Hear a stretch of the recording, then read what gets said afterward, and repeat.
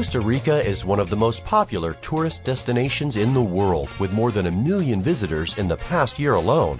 Faith Mulvihill took it a step further and moved here 2 years ago from New York.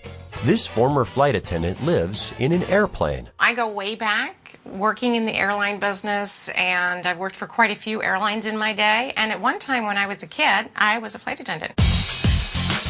The 727 Fuselage has 2 outdoor decks, a kitchen and breakfast area, a sitting area, 2 bedrooms, 2 baths, and something you don't see in every home, a cockpit. Faith's architect is Alan Templeton. He got the idea to make a fuselage home on a pedestal from a magazine article. But there was a catch. When I asked the man if I could go see one of his homes, he told me it was all just photoshopped and there was no home and there were no pictures. And so I decided at that point that I'm going to do this. And it took some doing. Finding a fuselage wasn't a problem. There was a decertified one at the airport that was being used for fire drills. The plane was just full of all sorts of melted down tires, and you can see how much smoke there was. But fortunately, the aluminum was pretty tough and it withstood the fires. The most difficult thing, of course, was moving the plane. We had to take out tens of thousands of rivets. Once the 40,000 rivets were removed and the plane was in pieces, 5 18-wheel trucks moved the fuselage to Alan's property.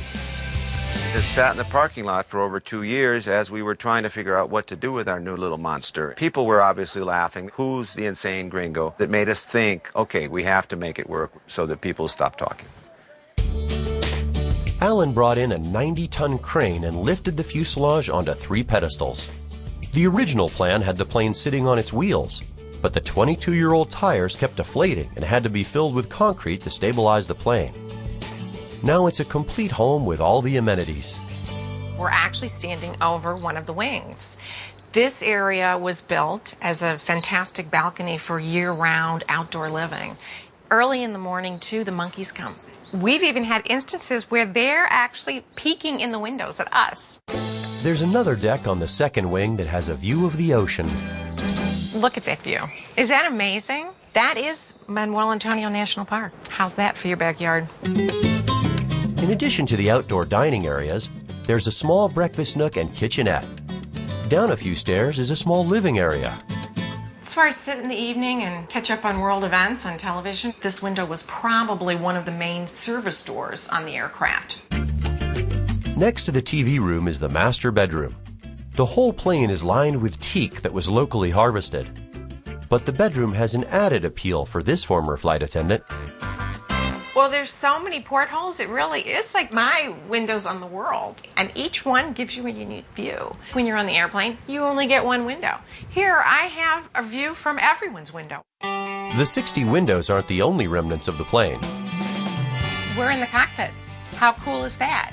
They actually put the seats back in the way it would have been in the cockpit. So I think it's really cool. And here is my shower. I get to shower every morning looking out over the jungle and the rainforest. Absolutely spectacular. On the other side of the kitchen, in the back of the plane, is the guest bedroom. Since moving to Costa Rica, I get a lot of guests, and my kids come down to visit me a lot too. It's lovely in Costa Rica. Faith's favorite part of the house is in the guest bathroom.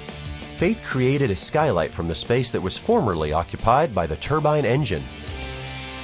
This shower opens to what used to be the tail of the aircraft. It was actually chopped off, and that's what we're looking at. Once offering a view from the clouds, this fuselage is now a luxurious home that has landed safely and permanently in the rainforest of Costa Rica.